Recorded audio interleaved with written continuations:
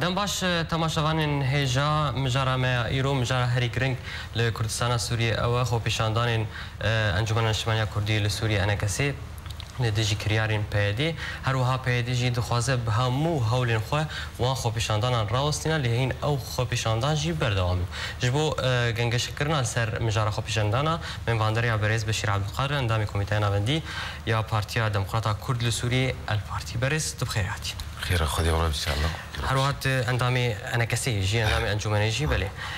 برز بشير وكو نهاد بينن كل روجافاي كردستان سوريا بتايبت خو بيشاندان هيج بردوامن ايروجي لعمودي دول قامشلو ايرو لهرما كردستان جي خو بيشاندان لدار دكهن نارين اول سرفان خو بيشاندان انا كسي لدجي كريارين بيدي تشي نارين اول تشي السر تدسبيك ده سباسياتكم و ام پیروز باهی دیدن ملت کردی و سروک برزانی جی جبو و رزگار کرنا شنگالی روک پیروز و روک دیروکی جملت کرد تفدره و ان شاء الله نقشه کردستانی دی خیانی کرن و روج بروج و کردستان سربخوا به حمو اردی خوا خو پیشاندان و گوبریارا امان العام مجلس وطني انا كسا ودا وام كاربن واف كريارين اي ندرست اي نراست اي تشوت اي جو كاربون قلك تعداي الملتي ما بيهات كرن اف برادري ما بدا اليا جوفان بريارا درتخن يكجي برياري خو اوك اوش خرد بيجن سلطه امر الواقع وبون سلطاك برياري زو اف برياري زوجي قوت تيل انجامي وان نرجلك خرابي تكرن وقت قوت هنكاد بيني وتبوان دود ستيني سرفان بريارين اي قوتين كرن دبيجن ام درنگ ماني ودفي ام دسكفتيا بكن وام دسقهي خو آفا بكن وبنافي شورشي وام كارمن تشني آفاكن وياد دوا وقتی تجوار هف پیوینی دکی سر گو شاشتی ای حری مزن ابریاران تینکرن و انجامی وان دبی آددوا گو برنگی کی زوری لسروی بریار خود بینم جبولو انا کسا وگو کارب بشکی پرج ملتی کرد و حری پر یگو پیف گریدای یگو هستاوی و برجواندیوی بجیتینه ده خديت انه جو كاربه خو بيشاندانا بك جبو جو افكريارانا لانه وانا جي قال لك يدراغا هاندني دي وتجيني دي ميداني دي جو انه كسنا ماي انا كسنا ماي ام تبني ماني وسلطه امر الواقع اللي نولويه انا كسابر يارا خستند لحمدريا جوك نبريارا انا كسبريارا ملتك يتخازي ريبري ويهبن وافكريارانا كريارني انجامي ويقول لك خراب سر ملتي كردي باش او كريار بيتر تشنا يعني بيتر من سرچ تركيز كن ولد جي بدرت كفن بيتر او بريار تشنا برياني بيديكو وكوتان امجه بو يكي جيكر كو خرابيتينا يعني تعدايتينا سري قالي كرد او بريار تشنا ما مستا ام دسبيكي دي جو افاكرنا حردو انجمانا وك انجمانا ان اجتماعي كردي ما خواست جو ام براي خوري ام كاربن كاركي بهف بش بهف دور كاربك مدي تم جو او عقليا وان دمجوي وان دي عقليا يك آلي يك آلي قد فكرن كاتشلو كاربن وي آلي كاربكن انجمنا كردي ببربونا بارتي خوني دندر ناف خوده به هفري زياده بكسي سرب خوده بكسي جناده جواناده نيك آلية عقلية دي لتفكير خود برياري خود دانا وستندن هي الجموان يك آلية بريارية وقتي ام تبه دو جدبون چه كوميتيه بناوي هيئة الكردية العليا دستا بلند آقو چيبو چه اتفاقيات بري قو چيبون وان دخص چه كاري هبه كاربن في كاري هاني تيخن آلية خود وآلية دي حتى جوان بي تنبكن وما ياما جوان قوتن قو سركردي وان يقو مديتن يقو فتراكت باش دي ما بهفدور كاركر ما قوت اف برياري هندكن ما نمانا وكون صورين انا كسا نمانا تفدميش وحردو جي وي نمانا كردابه ومعانا ندرن وقو او برياري استندنه يكجي بريارة دسبيكي دي وخصن دي ما ديسا قوت مجويوان انه موضوع يك آلي چی شعارات نافي اي ديمقراطية بروجي وان وقو أمة ديمقراطية يعني دوي تشتي حري اي خياني وزلال تي ديمقراطية حقيقة تعامل ما بالسرعة دي بوار وتحمي جو هفديتني موان شيبون او دست پیشخریه کاک مسعود کر ناوینا موان ده چه هولیر یک به هولیر دو به چه بری دستایا بلند به من کاری بو وطبعا برانيا حري پر دستیوان دو ودی او بریاری وان یک آلینه ون ما کاری و دانستند گل وان کربا هری باش جوار خو پیشاندان بونین دوی دمیده برايمي وك واقعيات دوی تعامل ام كهرباء بحفدور بكن دروجي اي بيدي بس وك واقعيات جي انا كسا او جي زانن ننزانن انا كسا برجوين ديك وي دنتوايا كرديايتي هيد كردستانا سوريد ما في ملتي كرد خازد كردستانا سوريدي وممثلي ملتي كردي وبدهي صالة كار كريه وكتي حبساده وكتي زندانه دي ودور كويني مزنها بو دي افاكرنا مجوي خو بيشاندانا امي بينن وك ملتي كرد قد حزار وشهراد امبري بهارة عربي ام دركتن مراستي هاك براي مني عرب قريبانا او نموناش خراني بانا او جالي قربان مره 10,000 وشاراد وانا في وضعي شورشها سوري جي اغو خراب اغياي وندوي الي هنيدا باش او خو پیشاندان پیدید بیشه یعنی جی اوالی گرید بیشه دماکو ام شری داعشی بکن دماکو خو پیشاندان لدیجی مبیل دارخستن اول سروی کشید بیشن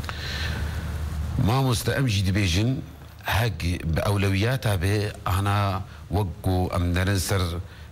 تفاهي كردستاني وق أمنرن بروجي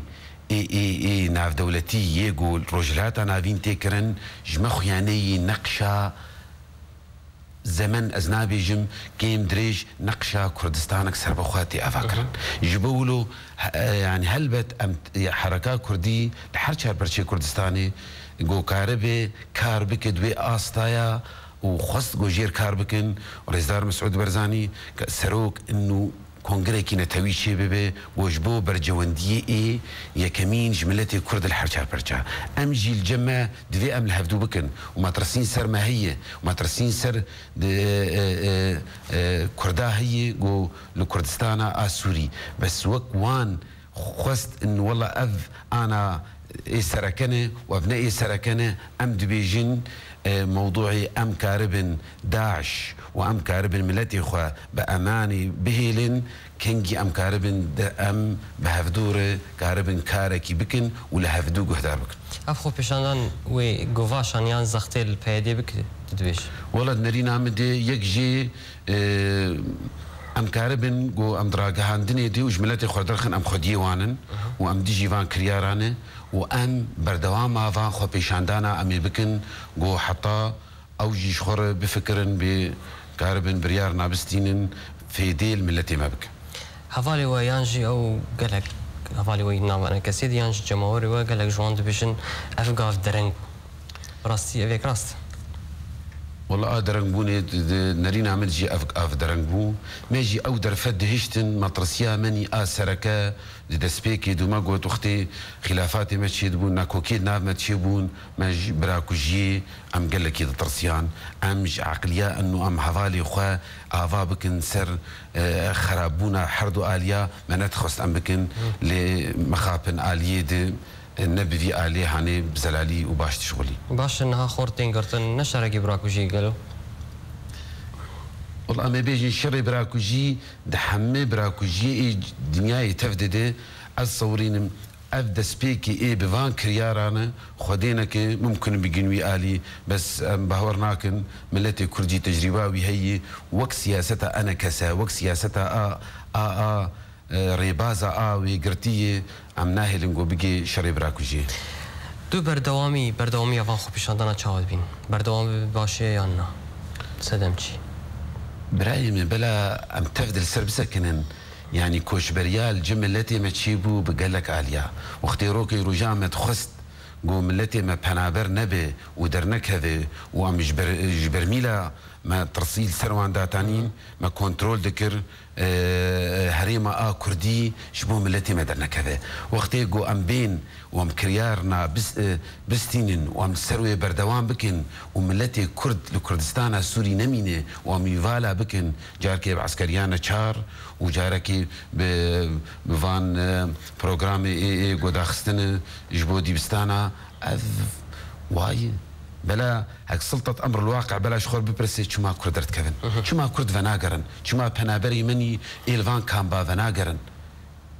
هك جو كاربن أف كرياري وان راستن وملتي مالحالي خوا وشما بنابر ببي وشما دركذي ويفقر الجي خو وقندي خو براحت يا خوا لي دبي جوانتي خواستم خوشك جو مراجعة كيف باش خو پیشاندان وان بهتر دبن دروش ما ناش بوان ريبازين افي ايديولوجي يبهدي تاني اف دروش ما ويا نا برايم يك جوانه اف ريبازي اي جو داخستنا لي كرياري اي هاتن استندن واي ام ترسنجي جو بستين لانه يك آلية فكره يك آلية فكره تبخجي ما مستيا او ريباز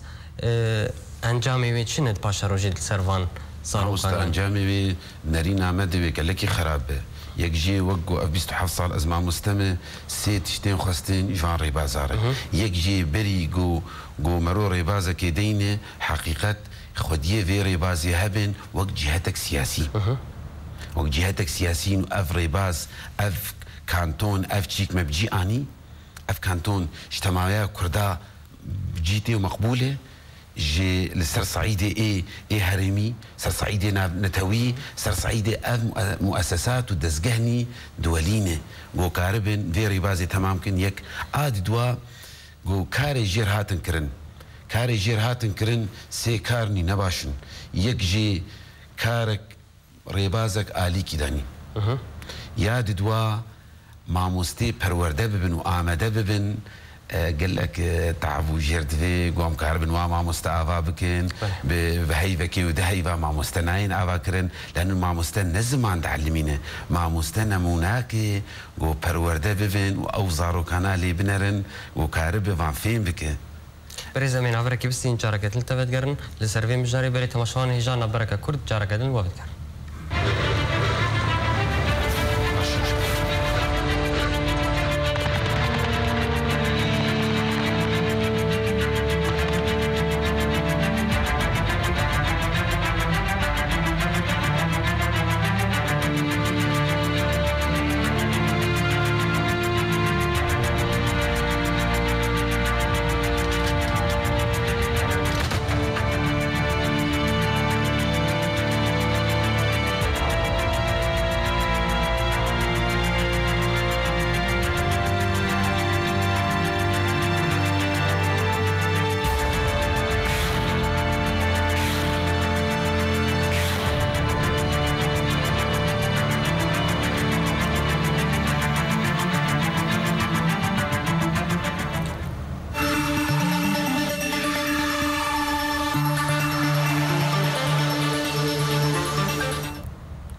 دوباره سلاف تماشاوان هجا ودگرن علی بفان خو برز بشیر عبد القادر برز بریانا برج ما بحث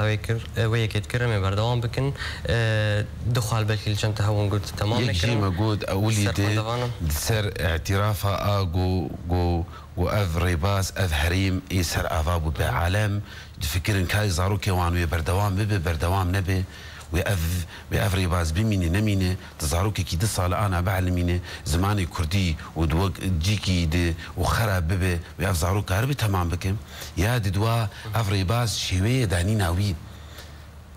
كي داني وبشرنجي هاتي دانين أزوك مع مستاكي وقتي ووك سي 6000 أزباورتكم حطا 100 مليون للسوري هبو مع مستي يجو زاننجه بيربو هات منهاجي كي نهدا خص قال لك اصلا جيت هات نكرن منهاج معاييري جو نفسي كسب سبور جيرتبين وكسني بسبور كاربين بجيبينن باشا أول توانبارد كمون ديجي زماني كردين ما ام زلاليد بيجن وما وك ام ماموستاد بيجن هري ما كردي برانيا ماموستي زماني كردينه دباشه هك تيت خوازي زماني كردي بينه برسك چما انجليزي جتي هلانين صفاي كيو تدواو سيسيا ماموستي انجليزي هي چما انجليزي تنبه ما جو هك مشروع كيوان بوك ماموستانا وقت تياركي سياسي دونيروره دي ساعتا پر اف ماموستاناوي بين پرورده ببن او پرورده خوني او ريبازا يا جو موجود رخني ملوي ريبازي جهنه او ريبازي جزء جيم ادلجي افاناجي جزء جيم ادلجي ام كاربن دونيروره وان ماموستايا بينن وبساعتك دي ساعتا زماني كردي وزماني كردي از باورتكم دحفتي كيت بين روجا بدي ساعتا دي و باش بدرفت والهمبري ويجي او ريبازي جويه دانيه او جي باش به وتفان ما مستي ايجو خبراواني نفسي هنا بي وتعليمي هنا وكاربن انه زماني كرديجي شي بكن لي وان خست وقت بيجن سلطه امر واقع وان فرمانا درخن وان فرمانا بشيويه خو وتم عالمي فرز بكن الحمالي اف عقليه حري خراب النري نعمته يكجي عسكريانا شار ازي فرز بكم اي قبول دكي باشو قنجو تشيكي واي قبول ناكي خرابه وامنا خوازم قوتني سروان بيجن يه تعليمي قبول دكي باشو قنجو نزاشي يه تعليمي قبول ناكي ديجي زماني كردي نولو يجي ابسط مبادئ ايجو حركه كردي بينجي صاليتيت قدان يجي زماني كردي ورولك باش بارتيين كردي زماني كردي دي ليستن ومديد اوفيسي اي حم بارتيا واوفيسا انا كسا واوفيسي اي ايجو افابون زماني كردي رولك جرينج تيدهات پروردكرم باش او خو پیشاندان گو جد سپیکر لچلاغه د سپیکر هجماره کمزن به هزاران کسان کارن بیجن آماده بون لدیرکی هر وها دونی القامش لوجیل تربسپی و باورت کرکو قص خلقی و در کم کولانان والله هلبت ما قلت خو پیشاندان بلا كوشبريه هبو لملتي مني ما يجي بره او ضغط اقول وين تنكرن او يجي دبي دافع اقو عالم خو بيشاندانا بدن وكرياري وان بنباش بجيبينن و اي دبيجن ام وك خد كن جوار بيجفا ام هنه وهون شاشدك في جاري سركردين انا كسي سركيشيا خو بيشاندانا كرن وكو مديد افغافايا انا كسي دخوازه جاركدين جمهوري الدوراي وغيره تيوادات شيك يعني أزبيجم جماوري أنا كسا موجودة بس كيماني أنا كسا برهبون دي چالاكيا دي إمكانياتي جو كاربن كاركي بكن لأنه جوهرتن زود هات كرن و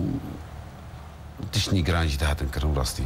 باش بفان خو بيشاندان انت تبيجي وي باوريا او خلكن هبون كوش انا كسي توربون يعني عازبون تتبي فجر او باوري نابرا انا كسي وجماوري ويدا برايم ازبيجم او باوريد قسمه كي باش ملتي كرد اي الي جري انا كسيد هي يا دواجي وقتيغو انا كسفجر للسر عردي وقوتا خدرخه كيف خلكيتي كيف ملتي متي جو ما بارتي بن وانا كسبن كسبن جو او كاربن ي هستي اي ملتي خو بجيبين وكاربن دا خوازي وام جيبين غافا بشتيفان خو بيشاندان قالوا نارينا تدوي تشبه يا انا كسي يعني جيت شبه باشا والله أزبيجم جوهرتني ناف دولتي هنا جوهرتني الهريمي هنا جوهرتني جو أم كاربن بحالاك أم كارب فان جوهرتنا فين بكن وفان خو بيشاندان عنده أم كارب بن تقاسي شواي أشيتيانا حطاج ما بي برنجك خرط وبرنجك خرطاي أم بيك بينن أزبيجمي أنجامي وان أهبن وخياني بميجي أنجام تقول بأويك عشتنا وندرت كفن كولانان وكوميدي لي بهدي بروفاجي في كيتك خورتي ودقرة خو بيشانداني وآستان دكة شاومدي لديركي لچلاغة دول قامشلو لعمودجي يعني تابيك شاودي ديرش كرنا بهديش خو بيشانداني ورا عندي سادج ماموستا ام بهيفيفون جو اي خود بينن لويدكي بربرسيار بلا رو جهلات عناذين شخور بنارن جو بفي عقلية هاني عقليك نباش وبيتشي تشيبون شو قاسة دولة هبون جو دفان بهارة عربي دكتن جو نكاريبون او اي ما في مروفان او اي جو ناس بكن دا خوازي ملتي خوا اي جو بيد بيشيا خو بيشاندانك سفيل ده بسكنه دليل خوجوي بيشانداني ترسه بلا خو فقرين بفكرن جدير لا دركب بيشانداني او ترسشي بريس او ترساغو بيديش ترسشي براستي ازبح وردكم او زانن جو كرياري دكن وبرياري دستينن يعني نبرة ضاء بشك باش جملتي كرد ونبرة ضاء بشك باش جوانش سرقة خندنيوان تنابين انا بيدي ترسكو انا كسي شوناوي بقرا يعني جمهوري نمينن شفيك ترسي انا برايم حر هيزك جبو ام حقي خوام دنوان حر هيزك بروجي قد قدمي نجملتي خورة او حكم دكي بيكاوي او بميني يعني مين انا كسا وك بروجيوي بروجي كينتوي وك بروجيوي وك اشتيانا دسبيكر وك بروجيوي جو ما في ملتي كرد لكردستانا سوري تخاسم اف بروجي مي بملتي مرة وام باوردك انه اف بينجي صالي مكار كرن واي ام بين ودرفتها بيك واف بروجي بسركفه اليه ديجي تاخذ بينو خدي بروجي از بيجم برسكب تشوكش خبك شو عملتي تبحنا بردبه شو عملتي تدرت كذا شو معك سينورتين فكرن خورتي تيقينا كن دركفن ما تفدا جديد ما تخست جو خورتي ما تفدا خوينا اخويا ددان جو ببن كاربن تشتكي ملتي خربكن خو بيشانداني دسبيكا شورشا سوري تشيبو لكولاني قامش لي وعامودي تفايا هريما كردي ملتي سوري على معنى خو بيشانداني يكمين خو بيشاندان بيشتي درعال جمدركتي وما بالي يقول ده حزار وشارع ثقافتها مجوان بيشكتي تربط خو بيشاندانات ويدا ميجي دسبيكا شورشي دي جارة كدن بيدي قالك او خو بيشاندان آستان کرن پیدیگ یای چه آستی گلو دلا وزبونا خود یانجی دخوازه نمازان پیتو شکی بکوان شتاد که نمد نرينا مد وقم دسبيكي جو ولو عقلية يك آلي مريارة يك آلي اف بريار جوان درت كفن يعني تيب شوية كي بدانا وستندني بكن والسر حر جو بريارك تي استندن مجو آليا بريارة آوك أزبين من جمانية في درت كفن يكجي وقتي برياري درخن نقاش تنابه يا ددوا بداري زوريد خوازن افريار هر سرا انه خلاص بريار وتشو وفايا حر يجي المخابن قال لك انجام خراب جبر درت نقطة خالك الفيدا هي او بارتي دنافا كو نافتي كرن تفدمي يانجي او تو دنجي وانتنا تاني دنجي بيدي قالوا تو نارينا قواني بروفاجي بيدي تنا قالوا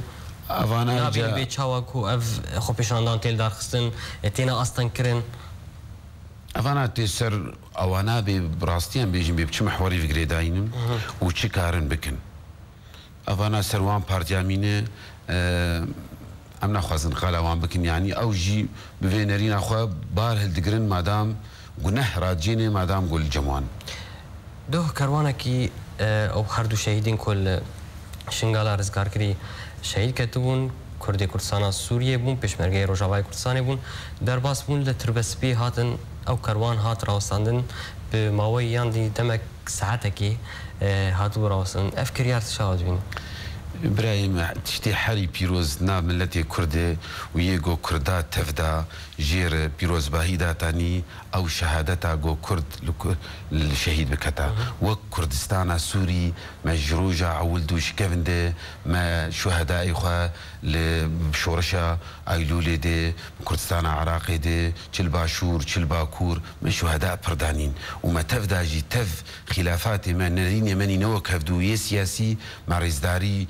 جي شهادات يرداتانين ام بهيفين اف هفالانا جو ناس بكن او جي شهداء داتين او جي جينا ده هفالنيوان شردنه جو ام كاربن ناس بكن بأذ شهادات قاسي بيروزي وايد وجه بسكنه مشكلات مزن يعني جيرا يروجي العمودي اسایشا پیدیان جکار به چکداریم پیدی وکو بلاغکی یعنی آگاهداری که بلاف کربون کو اتومبیلک بمبکری هیا آلیگری انا کسی جبیجن پیدی او یک کریه که بگو ام درنه که خوب پیشاندان یعنی وشارتن بخاک سپارتن آوی شهیدی پیدی تخوازه چی تخوازه پیدیش وی خلکی واسطی إنما مستمجو بعقلية يك آلي تخاز ضغطك يعني أفكرياري وصل بلاغة كي درخن ياجي سيرك تقين ياجي بو بكري مفخخ يعني بهديك جاي شاستي حتى هو صادك كسكتنا برامبري بسكنا قالوا والله موضوعي كسكتنا دوي بمسؤولية مروهري ما اكتبان عالم خو بيشاندانا خياني نكن هر لنافا وام نبيش نافا وان تهي هر بنا بمعناها مش كرديتي يردكن ومش ما في ملتي كرد يردكن وقت يقو بشك جي قو بقي درجة إن والله خانية خو مالبات أخذ فروشين كان يجبو برجوان دي خو أنا كان يجبو خندنا خو وقت يدور دكي درت كفيج ولاتي خو ما قلت دفي إيه جيبر برسياري دو برسي مني كرت هون الباجاري حسكي نجي ونتخوجه هي حسكي نجي بيقومان تبريار بخو بيشاندانا الويدة هي الباجاري حسكي والله حتى أزهاتم وقت بريار أمان استند ما قو براستي جيني هريما كردي نو كفدو يجيبيني اي أولهية باجاري حسكي قال لك أصطنجي قال لك آليا ديتن وقال لك خرابي لهاتن كرن أزباورم قوك باجاري حسكي باجاركي كردي بحمو واجباتي وخضرابو مجلس سامي هري داوي خلق دبيجن أفخو بيشاندان بوهارا كردية الكردستان السوري إن شاء الله دبيجن بوهارا كردي وبوهارا قش وخش وامكارب بيجين انجامي تشتكي في ديج ملتي ماني كردربك قالك سباس بريز بشير عبد القادر اندامي كوميتي نمديه بارتيا ديمقراطا كرد لسوريا البارتي كويرو تمرمي فامبو قالك سباس بوتا اي سباس يا وقتكم بل تماشاوان هجا قالك سباس بو وحيانها والما تماشكر هرشادو بختوار